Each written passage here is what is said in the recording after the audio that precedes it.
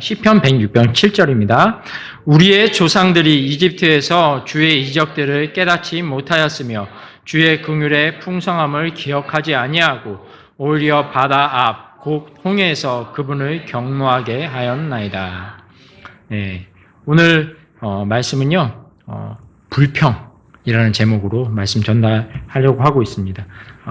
이 불평이 또 뭔지, 또 불평으로 인해서 어떻게 하나님이 진노하시는지, 이런 불평에 대한 걸 공부해 보면서 불평이 좀 줄어들 수 있도록 되는 그런 유익함이 있었으면 좋겠습니다. 네. 저희 교회 2025년도 표어가 있습니다. 뭐죠? 네, 모든 일에, 제 뒤에 써 있죠. 모든 일에 감사하라입니다. 예. 우리가 매년 이렇게 특정한 주제를 선정해서요, 그 주제에 대해서 공부하고 있는데, 생각나는 거 있으세요? 좀 십자가도 있었고요, 부활도 있었고요, 또 뭐 기도도 있었고요. 지금 이제 오늘 또 감사에 대한 부분을 저희가 주제로 삼고 이번에 공부하고 있습니다. 이렇게 특정 주제를 이렇게 선정해서 우리가 그것에 대해서 공부하는 이유는 단순합니다. 우리가 그 주제에 대해서 영적으로 이제 성숙하기 원하는 거죠. 이 부분에 대해서 하나님께서 우리를 다뤄주셔서 이 특정한 주제에 있어서 우리 삶에 어떠한 열매가 있기를 바라는 겁니다. 그래서 그것을 이제 저희가 원하고 그것을 주제로 선정해서 하고 있다는 거죠. 이런 것들이 잘 훈련되면, 특별히 이번에 감사니까요. 감사가 잘 훈련되면 어떻게 될까요? 저희 복음을 전할 때 있죠. 복음 전할 때 말로 전하는 게 있습니다. 또 복음이요, 우리의 행동, 우리의 행위로도 드러날 때가 있다는 거죠. 만약에 감사가 잘 훈련된 성도라고 하면 어떻겠습니까? 우리 복음을 전달할 때에 그 성도의 삶이 확실한 증거가 되어줄 수 있다는 거죠. 나 같은 상황에 있는데 이 사람은 감사하네? 나랑 같은 상황 가운데 있는데 이 사람은 뭐야? 왜 하나님께 기도하면서 소망을 잃지 않을까? 이것이 이제 복음이 되어줄 수 있다는 거죠. 그래서 나의 삶 자체가 복음의 증거, 이거의 자체의 증언이 될 수 있다라고 생각하고 있습니다. 그래서 이런 부분이 잘 훈련되어지길 바라고 있습니다. 근데 이런 감사, 특별히 모든 일에 감사라는 명령에 순종하지 못할 때는요, 제가 가만히 생각해 보니까 제 입이나 제 마음까지도요, 뭐로 가득 채워지냐면 바로 불평이라는 죄로 가득 찬다는 것을 확인한 적이 있어요. 여러분 어떻습니까? 여러분 불평해 보신 적 있으세요? 네. 몇 분 안 계셔서 감사합니다. 네, 이거 얼마나 감사한지니까. 저와 같은 경험을 몇 분 하지 않았기 때문에 더 감사합니다. 근데 저는, 가만 생각해 보니까 구원받은 이후에요, 하나님께 모든 일에 감사하지 못했던 때가 있더라고요. 근데 그 모든 것을 감사하지 못할 때 항상 입에 투덜투덜 되면서 불만과 불평을 쏟아내는 그런 것을 본 적이 있습니다. 어떤 분들 물으실 수 있어요. 형제님, 그럼 불평이 죄입니까? 예. 안타깝게도 제가 성경 확인해 본 바 죄더라고요. 죄가 맞더라고요. 불평은 죄입니다. 주님은요, 불평하는 사람을 매우 싫어하십니다. 이건 성경 곳곳에서 확인할 수 있는데요. 불평은 하나님을 매우 불쾌하게 만드는 장면을 몇 개 제가 찾아봤습니다. 민수기 11장 1절인데요. 제가 한번 읽어드릴게요. 민수기 11장 1절입니다. 또 백성이 불평을 하였더니 주께서 그것을 불쾌히 여기셨더라. 주께서 그것을 들으시고 분노하셔서 그들 가운데 주의 불이 붙게 하시고 진영의 맨 끝부분에 있던 자들을 소멸시켰더라. 지금 이 이스라엘 백성이 불평하는 소리를 들으신 거예요. 그거 어떻게 여기셨다고요? 하나님께서 불쾌하게 여기셨다는 거예요. 이 하나님께서 불쾌하게 여기시니까 그거 말로 인해 어떻게 하신 거예요? 진노하신 거예요. 또 민수기 14장 27절에 이렇게 써 있습니다.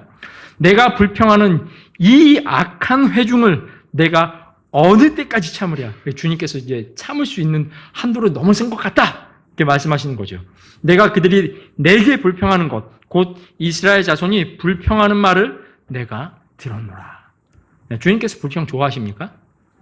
싫어하세요. 불평하는 사람 좋아하지 않는다는 거죠. 불평을 싫어하시고 계시다는 거예요. 그래서 오늘 설교의 목적은요, 왜 불평이 주님을 불쾌하게 만들고 분노하게 만드는지 알아보고요, 불평을 없앨 수 있는 방법은 그럼 뭐가 있을까? 한번 살펴보는 것이 있습니다. 불평 언제 합니까? 불평 언제 하세요? 대개는요, 내 마음에 안 들 때 불평합니다.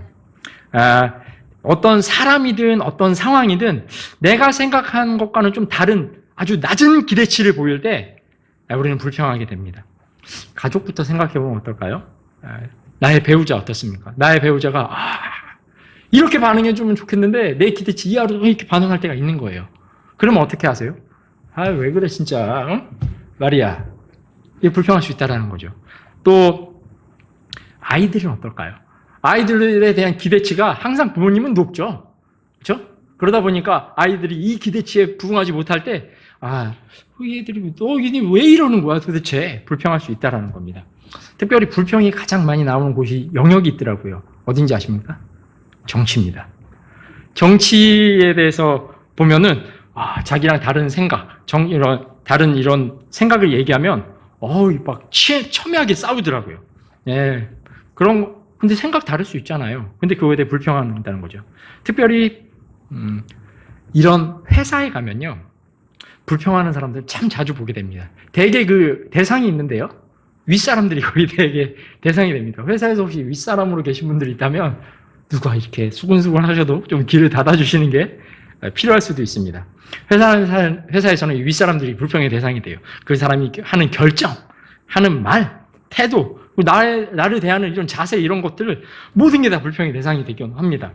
같이 이렇게 뒤에서 이렇게 하다 보면 어떤 즐거움도 있지만, 그건 좋은 거 아니라는 거죠. 예, 그걸 기억하시기 바랍니다. 또, 가뭄으로 인해서 불평할 수도 있습니다. 식량이 다 떨어져서 먹을 것이 없을 때 불평할 수 있다는 거죠. 오늘 살펴본 그 본문의 불평도요, 이것 때문에 시작이 됩니다. 또 몸의 질병으로 인해서도 불평할 수 있습니다. 여러분들, 우리 몸이 연약할 때 있죠. 고통이 우리 몸을 지배할 때는요, 정말 낙담하기가 쉽습니다. 질병은요, 우리 마음을 쉽게 올가맬 수 있다는 거죠. 우리가 연약하기 때문에 그렇습니다. 그러면 아주 불평하기 쉬워집니다.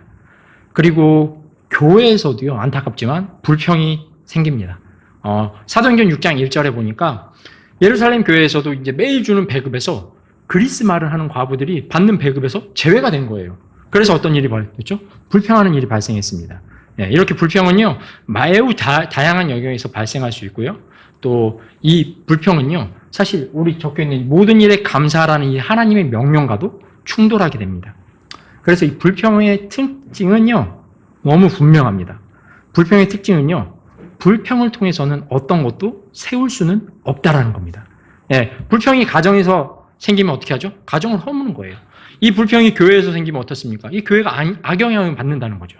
또 불평이 회사에서 일어나면 어떻게 됩니까? 많은 스트레스를 유발하겠죠. 그리고 생산성은 어때요? 일하기 싫으니까 생산성에 저하도 가져오게 됩니다. 불평으로는 가정을 세울 수도 없고요. 불평으로는 교회를 부흥시킬 수도 없습니다. 불평으로는요, 사회가 삭막해질 뿐이라는 거죠. 그래서 주님은요, 우리가 불평하기보다는 믿음을 좀 드러내길 바라신다는 거죠. 그래서 빌립보서 2장 14절은 이렇게 말하고 있습니다. 모든 일들을 불평과 언쟁 없이 하라라는 거죠. 또 야고보는 이렇게 가르쳤습니다. 야고보서 5장 9절입니다. 서로 불평하지 말라. 형제들아, 그리하여야 너희가 정죄를 받지 아니하리라. 보라, 심판자께서 문 앞에 서 계시느니라. 그러니까 이 불평하는 게 정죄받을 만한 일이라는 거죠. 그러니까 불평하지 말라, 이렇게 막 가르치고 있다는 겁니다. 베드로전서도 이렇게 말씀하고 있는데요. 4장 8절과 9절입니다. 그리고 무엇보다 너희끼리 뜨거운 사랑을 품으라. 그랬으면 좋겠습니다. 이는 사랑은 허다한 죄를 덮을 것이기 때문이라. 불평 없이 서로 환대하라. 환대해 줄 때 어떤 이유, 불평 이런 없이 환대해 주라는 거죠. 또 고린도전서 10장 10절은 이렇게 써 있습니다. 그들 중에 어떤 자들이 이 그들은 지금 이스라엘 백성 얘기하는 거예요. 투덜거리다가 파멸시키는 자에게 파멸당했나니 너희는 그들처럼 투덜거리지 말라. 그러니까 이렇게 투덜거리는 불평을 하라는 거예요? 하지 말라는 거예요? 하지 말라는 거죠. 이 불평은요, 사실 보여주는 게 명확합니다. 하나님에 대한 불신을 나타냅니다. 이게 무슨 말이냐면, 불평하는 이유가 뭐예요? 하나님께서 이렇게 인도하셨는데 결국 이렇게 된 거 아닙니까? 이런 불신의 표현이 된다는 거죠. 때문에 불평은요, 결국 가져오는 게 뭐냐면 하나님의 분노예요. 하나님께서 화내시는 것을 가져올 뿐이라는 겁니다. 그래서 하나님의 백성으로 구별된 성도라면요, 또 다른 말로는 하나님의 자녀로 거듭난 그리스도인이라면요, 다른 말로는 그리스도 예수님의 피를 믿음을 통해 구속된 사람이라면요, 불평할 수 있는 상황을 놓이게 됐을 때 어떻게 하는 게 필요할까요? 하나님을 유일하게 기쁘시게 하는 그 믿음으로 믿음을 보여드리면서 그 상황을 주님께 아뢰면서 믿음으로 주님이 인도하실 수 있다는 그 믿음을 가지고 그 상황을 헤쳐나가는 일이 필요하다는 거죠. 불평하는 게 필요한 게 아니라는 거죠. 끔찍한 구덩이와 진흙 수렁에 빠진 것 같은 상황 속에 내가 처했다면요, 나를 끌어올릴 수 있고요. 또 내 발을 반석 위에 두실 수 있으시며 나의 가는 걸음을 굳게 세우실 수 있는 주님께 도움을 청하고요. 불평의 말로 하나님에 대한 불신을 나타내지 않는 것이 우리에게 필요합니다. 근데 문제가 하나 있습니다. 이 불평은요, 이기기가 참 힘든 죄입니다. 왜냐하면 이게 제 입과 혀로 나오는 짓는 죄이기 때문에 그렇다는 거죠. 예, 이 말은요, 사실 내 마음에 가득 찬 것을 드러내고 나타내는 표현이 됩니다. 그래서 마가복음 15장 18절에서 이렇게 말씀하고 있습니다. 그러나 입에서 나오는 그러한 것들은 마음에서 나오나니 그것들이 사람을 더럽게 하느니라. 우리의 마음속에 하나님에 대한 불신, 불만이 가득 차 있으면 뭐만 나오는 거예요? 불평만 나오는 거예요. 그런데 나의 마음이 이런 걸로 가득 차 있을 때 그것이 입으로 표현된다는 거죠. 그러니까 이기기 힘든 죄가 될 수 있다는 거죠. 그리고 잘 아시는 것처럼 야고보는 이 혀가 말하는 거에 대해 어떻게 표현하죠? 혀는 불이요, 불법의 세견이라 이렇게 말하고 있다는 거죠. 그래서 이 불평을 이겨내려면요, 하나님께서 일하여서 다루심을 받아야 되는 영역이 반드시 된다는 겁니다. 그래서 이런 측면에서 이 말씀이 오늘 유익이 있었으면 좋겠고요. 여기 오늘 시편 106편 이 부분에 이렇게 줄 있으시죠? 줄 쳐주시고, 이게 이 시편 106편 7절이 거의 결과에 가까운 말들을 알려주거든요. 쳐주시고, 저희가 이제 이스라엘 백성이 이제 출애굽하면서 나올 때 불평하는 장면들을 살펴보려고 합니다. 두 가지를 살펴볼 텐데요. 요거 줄 쳐놓으시고 출애굽기 15장으로 한번 넘어가 보겠습니다. 출애굽기 15장 22절부터 26절인데요. 21절부터 24절까지 한번 저희가 같이 읽어보도록 하겠습니다.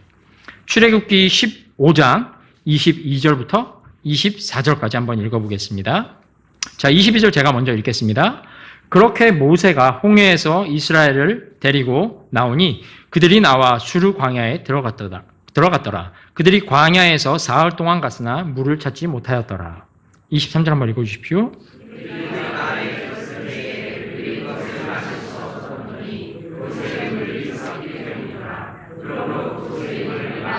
같이 읽겠습니다. 백성이 모세에게 불평하여 이르되 우리가 무엇을 마시리요 하더라. 네, 우리가 이제 살펴본 첫 번째 불평이 등장하는 장면인데요. 22절에서 소개되고 있는 것처럼요, 이 이스라엘 백성은요 3일 동안이나 이제 물을 찾아 헤맸습니다. 사흘 동안 갔다라고 했는데 22절에 보니까 물을 찾지 못하였더라 이렇게 써 있죠. 네, 그리고 그러다 물을 찾았는데 그 물을 찾은 장소의 이름이 소개되고 있습니다. 뭐라고 돼 있죠? 마라라는 장소에서 물을 결국 찾긴 한 거예요. 근데 이 마라 의미가 뭐냐면 쓴맛이라는 의미를 가지고 있습니다. 한번 생각해 보십시오. 광야에서요 200만 명 정도 되는 사람들이 출애굽해서 딱 나왔어요.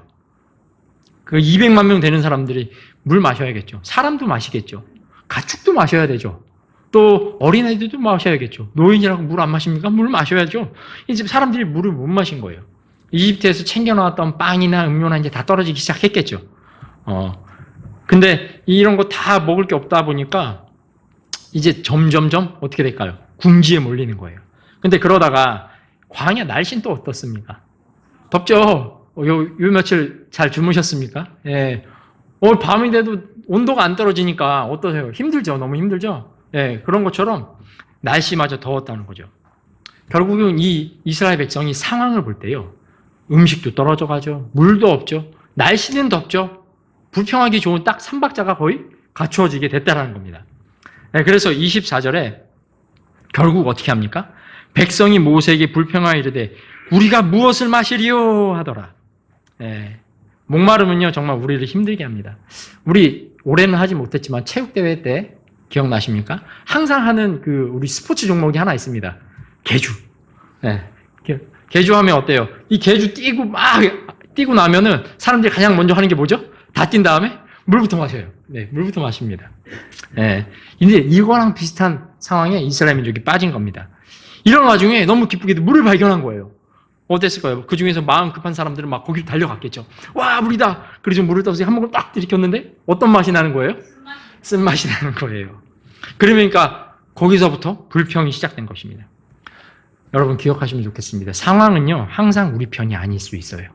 그렇죠? 우리가 처한 상황, 우리가 당하는 상황, 내가 갇혀온 이 상황은요 항상 내 편이 아닐 수 있다는 겁니다. 물론 내 편일 때도 있을 거예요. 그러나 내 편이 아닐 수도 있다는 거죠. 내게 불리하고 열악한 상황이 펼쳐지기도 한다는 것입니다. 그러면 이 문제를 해결하기 위한 방법을 찾을 수 있다는 거죠. 그리고 기도하면서 주님께서 이 위기에서 나를 건져주시도록 기도할 수 있습니다. 근데 이스라엘 백성은 지금 그렇게 하지 않고요. 뭘 쏟아내기 시작한 거예요? 불평을 쏟아내기 시작한 거예요. 사실요, 이스라엘 백성은요, 현재 지금 이 진행되는 이 상황에서 생각해 볼 때 충분히 믿음을 보일 수 있는 그런 사건과 시간을 지나온 사람들의 무리였어요. 우리가 보고 있는 출애굽기 15장 봤죠? 살짝 한 장만 넘기시면 15장 1절이 나옵니다. 15장 1절 같이 한번 읽어볼까요? 15장 1절 한번 읽어보겠습니다. 그때 모세와 이스라엘 자손이 이 노래로 주께 노래하고 말하여 이르기를 내가 주께 노래하리니 이는 그분께서 영화롭게 승리하셨기 때문이로다. 그분께서 말과 그 말 탄 자를 바다에 던지셨도다. 지금 이거 뭐래요? 앞에서 찬송하는 거 맞죠? 이거 노래로 주님 영광 돌려드리는 거 맞죠? 이스라엘 백성이 무슨 일 겪은 거예요? 홍해가 갈라지고요. 그 아래 있던 이집트의 사람들, 군인들을 다 어떻게 됐어요? 하나님이 바다에다 수장시키셨어요. 그 전에 무슨 사건이 있었습니까? 하나님께 몇 가지 재앙을 허락하셨죠? 10가지 재앙을 허락하셔서 이집트가 그냥 두 손 들게 하셨어요. 이거 이스라엘 민족에 있는 사람들, 200만 명 넘는 사람들 중에 이 일할 수 있는 사람이 있었습니까? 아무도 없었어요. 오직 하나님이 하셨다는 거죠. 이런 시간을 지나왔어요. 근데 지금 15장 24절에 가서는 지금 뭘 하기 시작한 거예요? 불평을 하기 시작한 거예요. 이 불평을 쏟아내는 지금 이스라엘 민족 사람들은요, 지금 바로 얼마 전에 하나님의 능력을 경험한 사람들이었어요. 하나님의 강하신 손을 경험한 사람들이었어요. 하나님께서 홍해를 가르사 좌우로 벽이 되게 하신 것을 경험한 사람들이에요. 마른 땅을 지나갔고요. 그전에는 어땠습니까? 그들의 장자들, 이집트에 있던 모든 장자들이 죽음을 당하는 그런 능력 있는 10가지 일을 경험했던 사람들이었어요. 이 사람들은요, 확실히 구속된 무리였습니다. 이집트에서 노예 생활을 하면서 울부짖던 사람들이었죠. 이들이 이집트에서 나오기 위해서 하나님께서 베푸신 그 기적은요, 정말 놀라운 일이었다는 겁니다. 성경 기록을 통해 우리가 잘 알고 있죠. 예. 근데 이 이스라엘 백성들 나올 때에 그냥 나왔습니까? 아니죠. 10가지 재앙 중에 마지막 기억나세요? 뭐였습니까? 죽음의 기적이었죠. 근데 이 이스라엘 백성이 죽지 않은 이유가 뭐였습니까? 어린 양의 피가 뿌려졌기 때문에 그래요. 어린 양의 희생이 있었다는 거죠. 말 그대로 어린 양의 희생이 있었기 때문에 그 어린 양의 피로 구속받은 사람들이 바로 이스라엘 백성이라는 겁니다. 이것을 구원받은 사람한테 가져온다면 어떨까요? 죄의 종로를 타면서 사탄의 왕국에서 죄 가운데 죽어가도 있었던 우리. 여기 우리라고 표현하고 싶진 않아요. 저예요, 나. 내가 그 사탄의 왕국에 사로잡혀서 죄 가운데 저 죄의 노예로 생활하면서 여기서 얻어맞고 저기서 터지고 난 정말 소망이 없는 사람이구나. 이거 깨달으신 적 있으세요? 그런 사람이었다는 거죠. 근데 이런 나에게 피가 발라진 거예요. 무슨 피입니까? 그리스도 예수님의 보배로 그 피가 발라진 겁니다. 그 십자가에서 나를 대신해서 예수님이 피 흘려졌을 때 나의 죄값이 하나님 앞에서 모두 지불된 것입니다. 사랑하는 성도님들, 이스라엘 백성은요, 우리가 경험한 이런 구속을요, 이런 구속의 모형을 이스라엘은 경험한 거예요, 지금. 근데 무엇이 잘못돼서 도대체 이 이스라엘 백성은 이 물이 없는 상황에서 하나님께 불평만 쏟아내기 시작했는가? 우리는 그것을 알아봤으면 좋겠다는 겁니다. 우리 본문으로 삼은 시편 106편 7절은요, 그 첫 번째 이유를 알려줍니다. 여기 뭐라고 나오고 있냐면 7절에 우리의 조상들이 이집트에서 주의 이적들을 깨닫지 못하였다라고 말하고 있습니다. 지금 불평하는 이스라엘 백성은요, 하나님이 어떤 분인지, 나를 구원하셔서 이끌고 계신 주님이 어떤 능력으로 이 일을 시작하셨고 또 완성해 가시는지 보지 못하고 깨닫지 못했다, 이렇게 말하고 있다는 겁니다. 이집트에서 주님께서 10가지 일으키신 재앙을 보이시면서 그들을 이끌어내고요, 이집트에서 그냥 화가 나서 저들을 가서 다시 잡아오리라면서 군대들이 쫓아갔을 때에 주님께서 홍해를 가르시면서 그렇게 집요하게 추적해오던 이집트의 군대를요, 홍해에다 수장시키시면서 이스라엘을 구원하신 거예요. 그런데 이 구원하신 하나님께서 마실 물이 없는 그런 문제를 당면하게 하신 겁니다. 이거 우리 삶에 가져오면 어떻습니까? 우리가 구원받았을 때 주님께서는요, 내가 어떤 존재인지, 얼마나 심각한 죄인이었는지 알려주셨어요. 이집트에서 노예 생활하고 있는 사람처럼 비참한 거예요. 이집트에서 노예 생활하고 있는 사람처럼 공고한 거예요. 이집트에서 노예 생활하고 있는 사람과처럼 아무 소망이 없는 거예요. 그런 나를 예수님이 하나님께서 너가 그런 사람이라는 걸 알려주셨다는 거죠. 그리고 이루 말할 수 없는 큰 은혜와 긍휼과 사랑을 보여주셨죠. 제 죄값을 하나님이 어떻게 하신 거예요? 대신 치러주기로 하신 겁니다.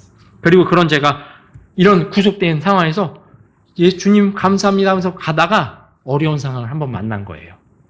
여러분 중에 혹시 어려운 상황이 지금 계신 분 계십니까? 지금 딱 그런 상황이란 거죠. 구원받은 자를 이끄시고 구원의 은혜로 살게 하시고 그리고 풍성한 긍휼과 은혜를 계속해서 베푸시다가 어느 한 지점에서 지금 약간 어려운 문제에 당면하게 됐다는 겁니다. 네. 어떤 분들은요, 사람으로 이거에 힘든 문제가 있을 수도 있으세요. 어떤 사람이 힘들게 할 수 있다는 거죠. 이 사람이 배우자도 될 수 있고요. 또는 회사에서 만나시는 분이 될 수도 있고요. 교회에서 어떤 형제가 될 수도 있겠죠. 또 어떤 분들은요, 물질로 인해 이런 고통받기도 해요. 이 물질로 인해 이런 불만이 나올 수 있다는 거죠. 또 어떤 분들은 질병으로 인해 그러더라고요. 몸이 아프니까, 연약하니까 그 아픈 몸 때문에 하나님께 나아가는데 맥이 빠지는 거예요. 고통이 날 지배하니까 하나님께 나아갈 때 힘이 없는 거예요. 또 어떤 분들은 가족 때문에 어렵기도 하더라고요. 그런 힘든 문제를 만난 거란 겁니다. 그런데 우리가 거기서 보여야 할 반응은요, 사실 불평이 아닌데 그저 하나님 앞에 불평만 하고 있는 거예요. 하나님 도대체 나한테 왜 이렇게 하세요? 이스라엘 백성이 의문형으로 이제 불평을 쏟아내기 시작한 것처럼 불평을 시작하는 거죠. 이러한 반응은요, 사실 구원받지 못한 사람도 보일 수 있는 반응이라는 거 아십니까? 하나님이 삶에 없고요, 그분을 인정하지 않는 사람도 그런 반응 보일 수 있다는 거죠. 이것은요, 우리 상황을 지켜보시고 또 알고 계신 주님을 보지 못하고 또 깨닫지 못하는 것과 같은 상태에 있다라고 말할 수 있다는 겁니다. 사랑하는 형제 자매님, 우리가 모든 상황에서 먼저 눈으로 보고요, 가장 먼저 우리는 주님께 알리는 일이 필요한 사람들입니다. 이 백성의 불평을 듣고 있는 모세 있죠? 이 모세는 다시 출애굽기로 가서요, 같은 불평 가운데 있죠. 모세라고 물 있어요? 어디 숨겨놓고 자기 혼자 물 마시고 있습니까? 아니죠. 모세도 없어요. 아무것도. 같이 지금 목마른 상황이 있는 거예요. 근데 같은 문제를 만났을 때 모세는 25절에 어떻게 합니까? 이에 모세가 주께 부르짖었더니 이렇게 쓰고 있는 거 찾으실 수 있습니까? 모세는 어떻게 반응합니까? 주님께 부르짖기 시작했어요. 같은 상황이 있는데 모세는요, 무언가 이 낙심한 백성과는 다르게 무언가 알게 된 점, 깨달은 점이 있는 겁니다. 무엇이 이 모세와 이스라엘 백성이 이런 명확한 차이를 알게 됐을까요? 모세는요, 주님께서 나와 이 백성을 이집트에서 데리고 나오셔서 약속된 땅까지 이끄시기로 했다는 것을 확신하고 있어요. 무엇으로 확신합니까? 하나님 말씀으로요. 주님 말씀하셨거든요. 그리고 그것을 확증시켜 주셨거든요. 10가지 재앙, 또 홍해를 가른 거, 그리고 주님께서 이끄셔서 마침내 거기에 이를 것이다, 이렇게 믿고 있는 거예요. 지금 만난 문제는 지금까지 나를 도우셨던 주님이 도우실 수 있다라고 믿고요, 지금 뭐 하기 시작한 거예요? 간구하기 시작한 거예요. 그래서 주님께서 어떤 방법으로 이 문제를 해결해 주셨죠? 이씀으로 해결해 주셨죠? 25절 한번 같이 읽어보겠습니다. 이에 모세가 주께 부르짖었더니 주께서 그에게 한 나무를 보여주심으로 그가 그것을 물들에 던지니 물들이 달게 되었더라. 거기에서 그분께서 그들을 위하여 법과 규례를 정하시고 그들을 시험하시며, 주님께서는요, 먼저 보게 해주셨어요. 깨닫게 해주셨어요. 어떤 나무를 보여주시는 거예요. 왜 하필 또 나무일까? 여러분 이거 나무 볼 때 뭐 생각나셨어요? 저는 십자가 생각나더라고요. 예수님이 달리셨던 그 장면이 생각나더라고요. 확실하게 주님께서는요, 십자가, 나무를 보게 하셨어요. 여기 보게 했다라고 써 있어요. 그걸 보여주셨다는 거예요. 그리고선 그것이 이제 쓴 물에 던져졌습니다. 마치 죄에 쓴 물 같은 나에게 예수님이 던져주신 거예요. 그러니까 어떻게 됩니까? 여러분, 어메이징 그레이스 아세요? 나 같은 죄인 살리신 주의 놀라워. 영어로 보면 그 부분에 대해서 스위트 사운드라고 불러요. 스위트 사운드. 얼마나 달콤한 말인가. 얼마나 달콤한 소리인가. 예수님이 날 구원하셨다는 거. 예수님이 날 완전하게 했다는 거. 예수님이 피로 통해 나를 구원하셨다는 거. 얼마나 이 달콤한 소식인가? 이렇게 말하고 있다는 거죠. 그와 같이 이런 일이 벌어지기 시작했다는 겁니다. 우리가 그래서 모세처럼, 이 이스라엘 백성과 모세 지금 다르죠? 이렇게 모세처럼 반응하기 위해서는요, 우리가 한 가지 해야 할 훈련이 하나 있습니다. 그게 뭔지 말씀드리겠습니다. 시편 1편으로 한번 가볼게요. 시편 1편입니다. 엄청 찾기 쉽죠, 우리? 시편 1편입니다. 어렸을 때 저희 집에 액자가 하나 있었어요. 제가 항상 보던 액자인데 거기에 이 시편 1편이 써 있었습니다. 그때는 경건하지 않냐 이런 이제 개역 성경으로 적혀 있긴 했는데 이 부분 한번 살펴보도록 하겠습니다. 같이 한번 1절과 2절을 한번 읽어보겠습니다. 경건하지 아니한 자들의 꾀를 따라 걷지 아니하고 죄인들의 길에 서지 아니하며 조롱하는 자들의 자리에 앉지 않는 사람은 복이 있도다. 오직 그의 기쁨은 주의 율법에 있으며 또 그분의 율법을 그가 밤낮으로 묵상하는도다. 우리가 모세처럼 같은 상황에 있지만 모세처럼 반응하기 위해서 우리에게 필요한 건요, 하나님의 말씀을 묵상하는 거예요. 묵상한다는 거죠. 묵상은요, 내 마음과 내 생각과 내 입술을 통해서 하나님을 깊이 생각하는 거예요. 묵상의 방법은 여러 가지가 있을 수 있겠죠. 생각하는 것도 있고요. 또 나지막한 소리로 하나님 말씀을 암송하는 것도 있을 수 있습니다. 그것은 내 마음이 하나님의 말씀을 떠나지 않게 하는 거예요. 그런 사람들이 뭐래요? 경건한 사람들과 함께하지 않는 거예요. 그들과 걷지 않는 거예요. 그리고 죄인들의 길에 서지도 않는 거예요. 조롱하는 사람들, 마치 하나님 뭐 하실 거예요? 라고 말하는 그런 조롱하는 사람들과 함께 자리에 앉지도 않는 그 사람이 뭐래요? 복이 있다라고 말하고 있죠. 모세가 마치 그렇게 한 거예요. 하나님 말씀을 계속 그는 묵상하고 있는 거예요. 하나님의 어떠하심을 계속 묵상하고 있는 거예요. 그래, 이런 문제 당할 때에 그래, 당할 수 있어. 그러나 나와 누가 함께 하시지? 주님이 함께 하시지. 계속 그것을 묵상한 거예요. 내 삶의 구원이라는 이적을 허락하신 분께서 어떤 분인지 묵상해 보고요. 평소에 내 마음에 두는 거예요. 내 삶의 이적을 허락하신 그분의 능력이 얼마나 위대한지 그걸요. 평소 내 마음속에 깊이 두는 거예요. 이런 훈련이 된 사람은요. 어떻게 할까요? 이 훈련 왜 합니까? 실제 상황에 써먹기 위해서 하죠. 이 훈련이 실제로 이 고통이라는 어려움이라는 상황을 만나게 됐을 때 훈련한 대로 그분께 나아가게 만들 수 있다는 겁니다. 불평으로 하나님을 불편하게 만드는 사람이 아니라 믿음으로 먼저 반응하고요. 문제들 속에서 주님께서 발견될 수 있도록 훈련하는 것이 우리에게 필요하다는 거죠.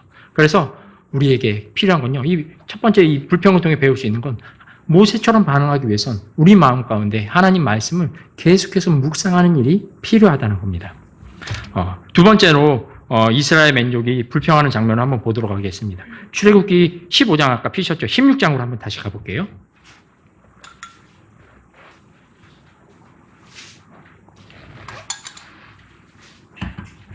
출애굽기 16장 1절에서부터 3절입니다. 교독해서 한번 읽어보겠습니다. 1절과 3절입니다. 1절 제가 먼저 읽을게요. 이스라엘 자손의 온 회중이 엘림에서 이동하여 엘림과 시내산 사이에 있는 신광야에 이르니 이집트 땅에서 그들이 떠난 지 둘째 달 15일이더라.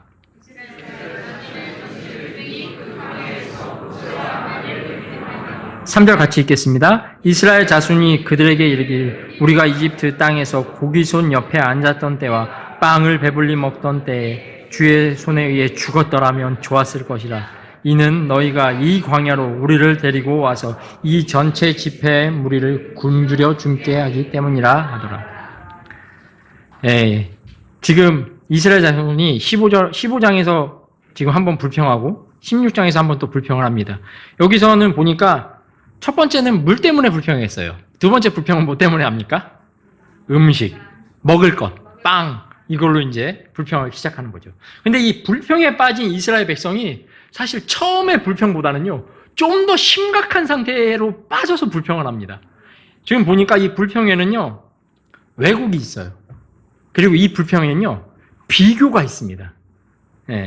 한번 보겠습니다. 이집트 땅에서 이들이 고기손 옆에 앉았다고 말합니다. 그리고 빵을 어떻게 먹었대요? 배불리 먹었다 이렇게 말하고 있다는 거죠.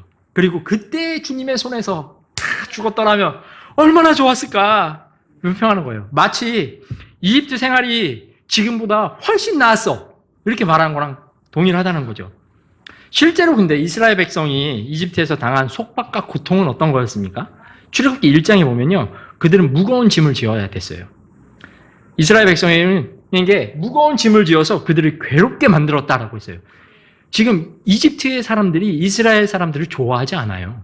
그리 괴롭히고 싶어 해요. 힘들게 하고 싶어 해요. 그래서 선택한 게 뭐였어요? 노동. 아주 힘든 노동하는 거였어요. 짐을 지우게 하는 거였다는 거죠. 그래서 이집트의 도시랑 피라미드 이런 것들을 이스라엘 백성의 노동력을 사용해서 짓기 시작한 거죠. 그들은요, 혹독하게 섬기도록 강요받았습니다. 더 나아가서요, 이스라엘 백성을 번성하지 못하게 하려고 어떤 방법을 씁니까? 사내 아이가 태어나면 그를 어떻게 하라고 했죠? 강에 던지라고 했어요.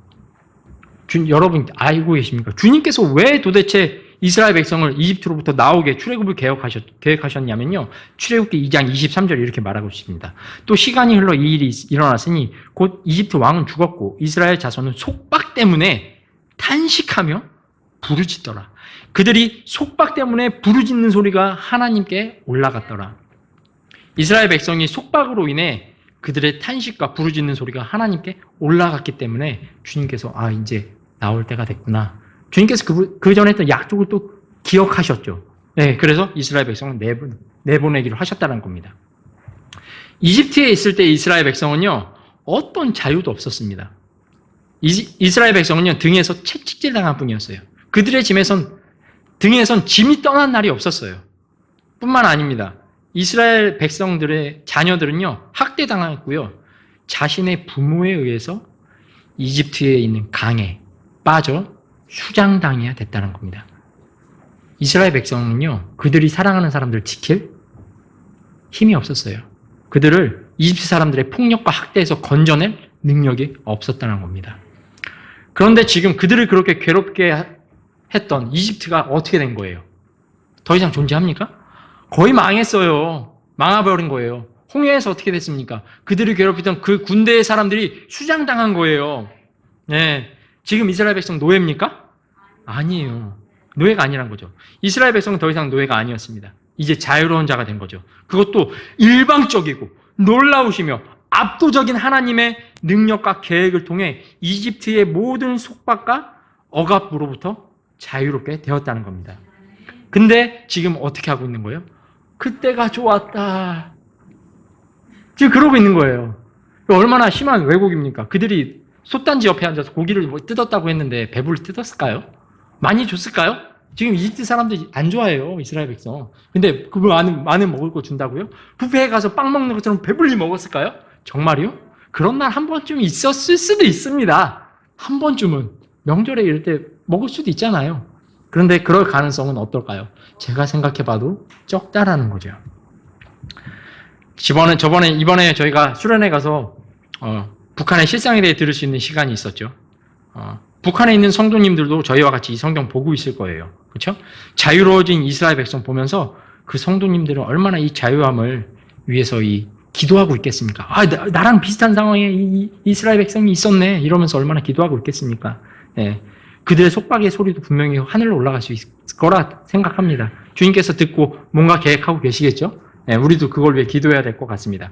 근데 어쨌든 지금 이스라엘 백성은요, 이 불평을 쏟아내고 있는데 자기가 노예로 살던 삶과 자유로워진 자신의 삶을 지금 비교하고 있는 거예요.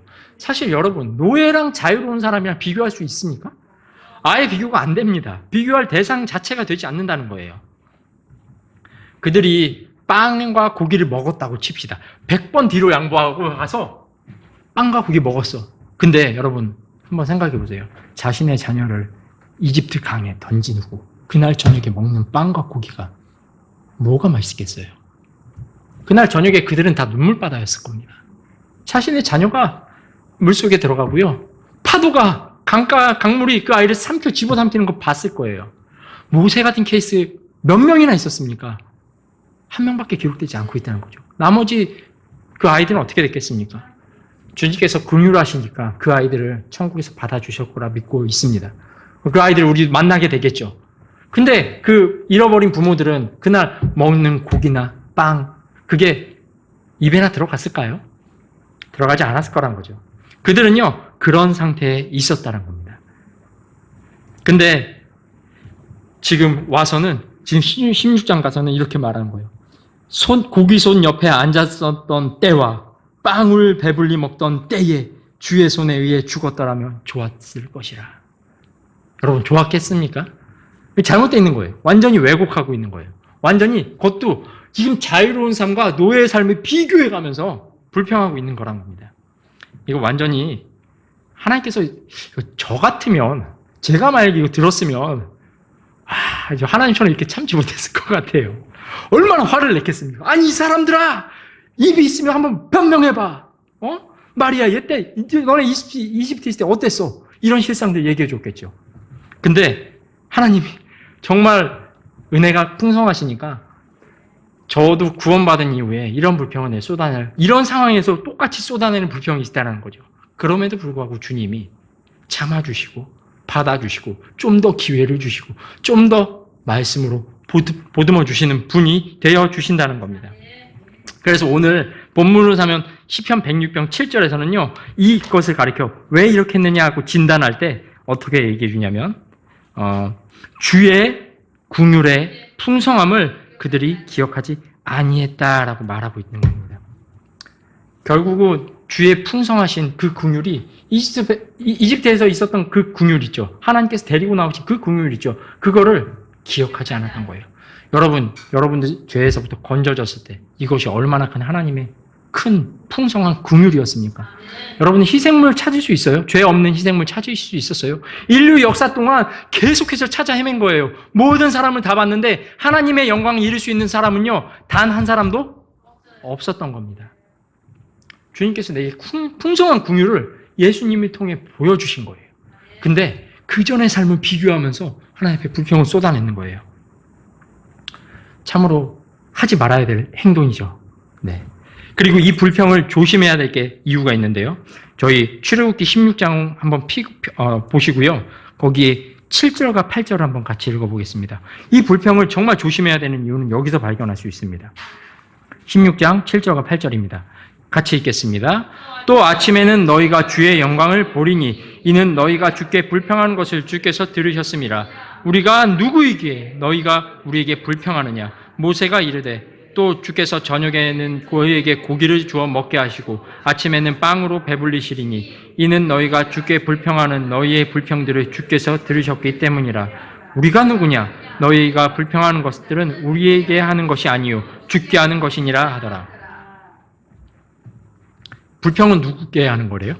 주께 하는 거래요. 그리고요, 이 불평에 대해서 주께서 어떻게 하셨대요? 들으셨대요. 우리가 조심해야 될 게 이거예요.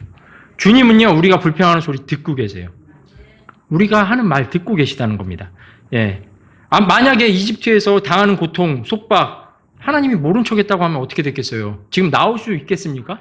아마 거의 다 이제 자손이 끊어져서 이제 이스라엘 백성은 이제 이스라엘이라는 민족이 있었더라는 그런 구절 하나 역사서에 기록되었으면 감사했겠죠. 이런 사람들이 있었구나 라고 기억할 수 있을 정도가 되었겠죠. 근데 하나님께서는요, 아브라함과 이삭과 야곱에게 하신 약속도 기억하셨고요.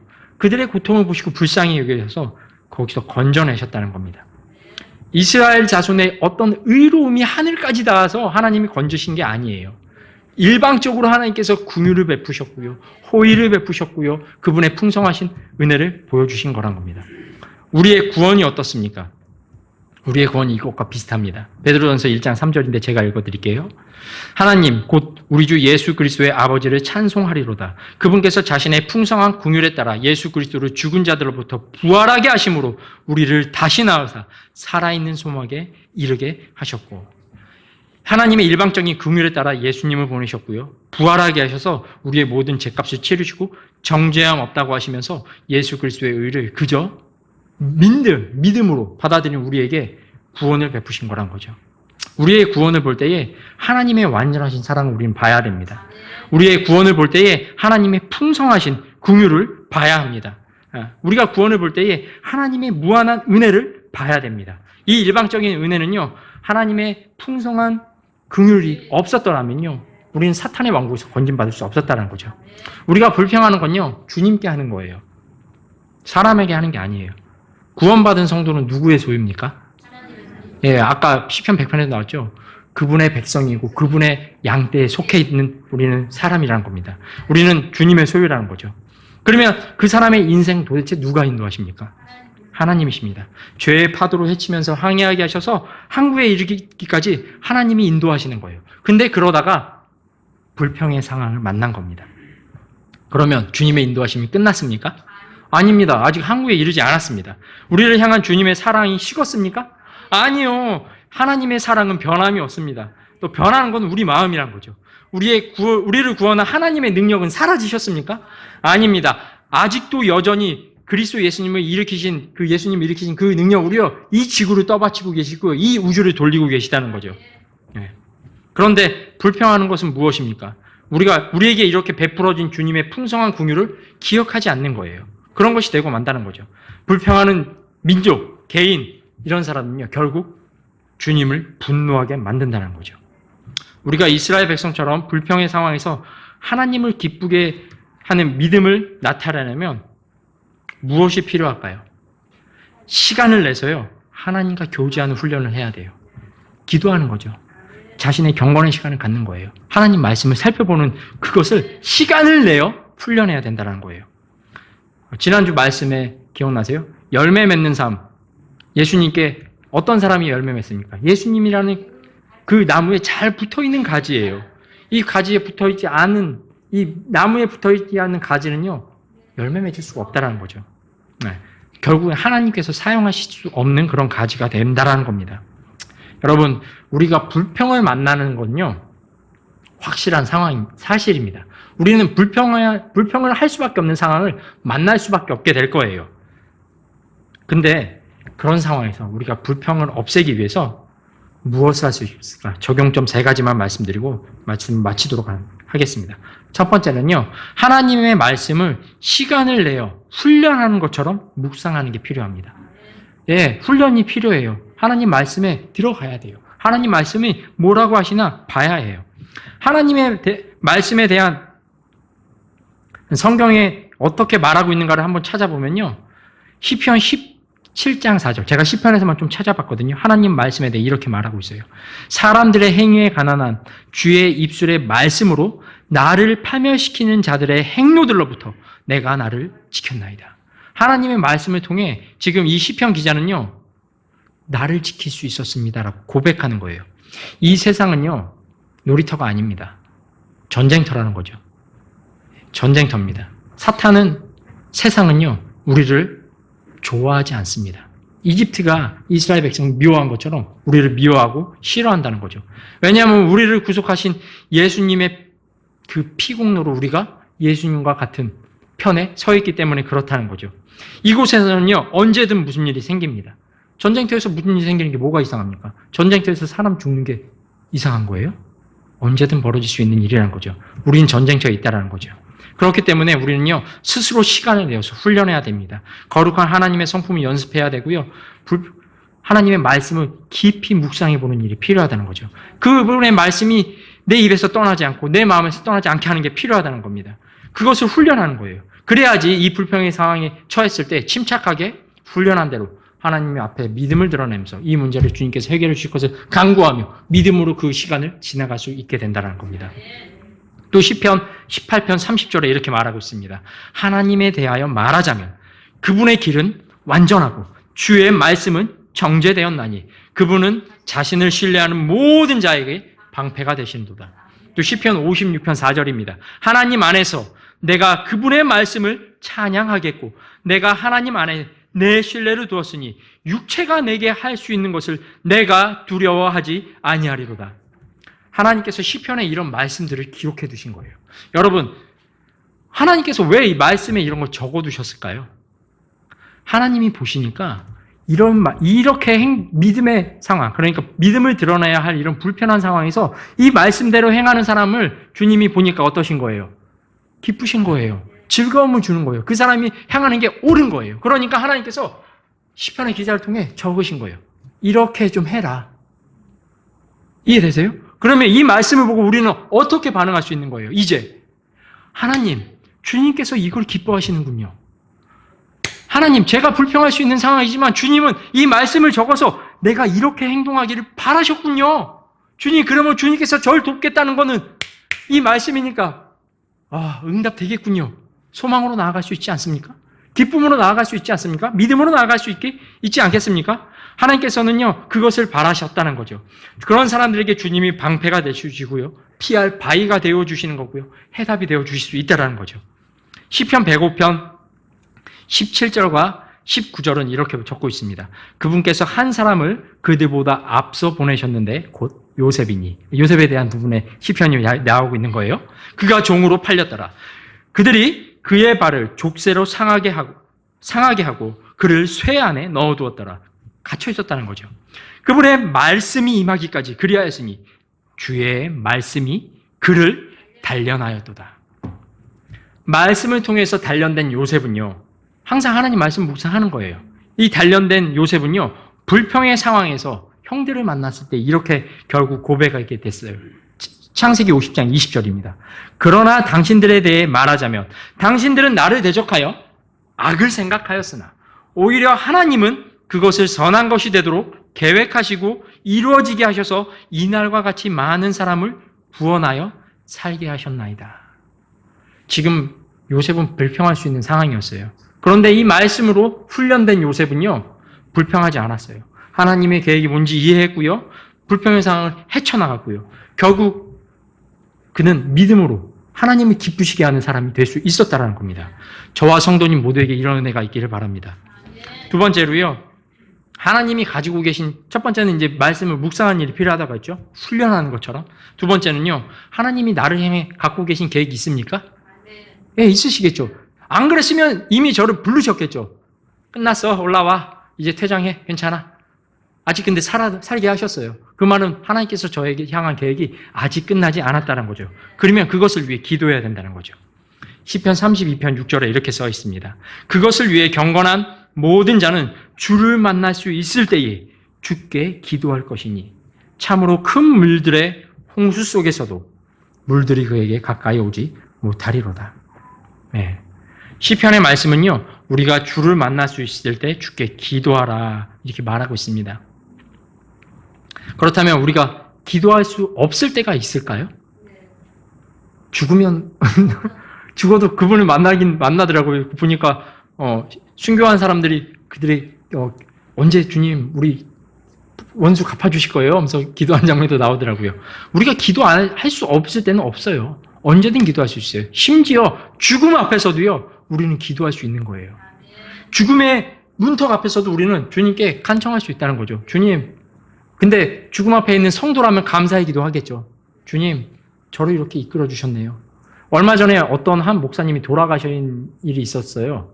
어떤 남침내 교단에 있던 어떤 목사님이셨어요. 존 메가더라고 부르시는 그 목사님이셨는데 그분이 이제 장례식에 나왔더라고요. 근데 그 아들들이 나와서 아버지가 돌아가실 때에 했던 말들을 얘기한 제가 어떤 영상을 보게 됐습니다. 근데 그분이 믿음을 부정하지 않더라고요. 오히려 사망아 너의 쏘는 것이 무엇이냐. 나는 은혜로 완전히 지금 죽음에서부터 벗어났다. 찬송하는 그런 장면들을 말하는 것을 보았습니다. 죽음 앞에서도요, 성도는요, 하나님께 감사할 수 있는 거예요. 그리고 나를 향한 계획은 아직 주님 끝나지 않았다면 주님, 저를 어디로 이끄시길 바라셔서 이런 문제에 있게 하시는지 모르겠지만 주님, 저는 주님의 뜻과 계획이 이루어지길 원하고 있습니다. 그곳으로 저를 인도해 주십시오. 저는 항해할 키는 없습니다. 방주를 주님께서 인도해 주신 것처럼 저를 인도해 주세요. 기도하면서 나아가야 된다는 겁니다. 그러면서 우리는요, 우리 형제님들 위해서 서로 기도해 줘야 돼요. 옆에 계신 형제님 자매님들 얼마나 힘든지 아세요? 네, 말은 하지 않으시겠지만 어려움들을 다 갖고 계세요. 다 힘드시더라고요. 다 어려운 문제 있고요. 어떤 분들은 질병으로도 고생해요. 말은 하지 않지만 몸이 이번 주에 얼마나 힘들었는지, 나는 이번 주에 사실 잠 하나도 못 잤어. 얼마나 피곤했는지 몰라. 예, 이런 분들 다 계실 거란 거죠. 우리는 서로를 위해 기도해 줘야 된다는 거죠. 우리는요, 우리의 기도가 헛되지 않는 사람들이 됩니다. 우리의 기도를요, 하나님께서 헛되게 하지 않으시는 거죠. 반드시 응답해 주실 거라는 겁니다. 세 번째로는요, 모든 일을 행할 때 불평 없이 행하시기 바랍니다. 이거 근데 참 어려운 일이더라고요. 왜냐하면 빌립보서 2장 14절에 모든 일들을 불평과 언쟁이 없이 할지니 이렇게 말하고 있거든요. 주님이 원하시는 바도 그거죠. 서로 간에 화평하게 지내는 걸 주님이 또 원하시고 계시죠. 로마서 12장 18절에 그렇게 말씀하고 있습니다. 근데 어떻게 하면 이 모든 일에 불평도 없고 언쟁도 없이 할 수 있을까? 이게 가능은 할까? 이런 생각 드시지 않습니까? 근데 놀랍게도 같은 빌립보서의 4장에 이렇게 말하고 있습니다. 빌립보서 4장 7절인데요. 이거 한번 찾아볼까요? 네, 마지막으로 찾아보면 될 것 같습니다. 빌립보서 4장 4절에서부터 7절입니다.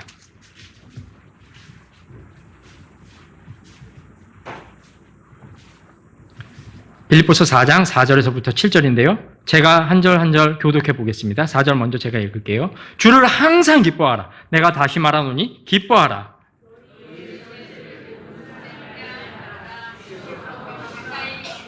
아무것도 염려하지 말고 모든 일에 기도와 간구로 너희 구할 것들을 감사함으로 하나님께 아뢰라. 같이 읽을게요. 그리하면 모든 지각을 뛰어넘는 하나님의 평강이 그리스도 예수님을 통해 너희 마음과 생각을 지키시리라. 어떻게 이걸 할 수 있느냐고요? 7절에 그 비결을 말하고 있죠. 하나님께서 예수 그리스도를 통해 너희의 마음과 생각을 지키실 수 있다는 거죠. 생각이 바뀌어진 어떤 사람은요, 같은 상황에 있을 때 다른 행동을 하게 돼요. 맞습니까? 이스라엘 백성은 불평했습니다. 모세는 어떻게 했습니까? 기도했어요. 네. 주님의 말씀이 우리를 그렇게 하실 수 있다는 거죠. 끝으로 13절도 한번 읽어볼까요? 나를 강하게 하시는 그리스도를 통해 내가 모든 것을 할 수 있느니라. 어떻게 모든 일들을 불평과 언쟁 없이 할 수 있습니까? 그리스도 예수님이 모든 것을 하실 수 있게 도와주실 수 있다는 겁니다. 네, 이것을 통해 우리는 불평 없이 행할 수 있습니다.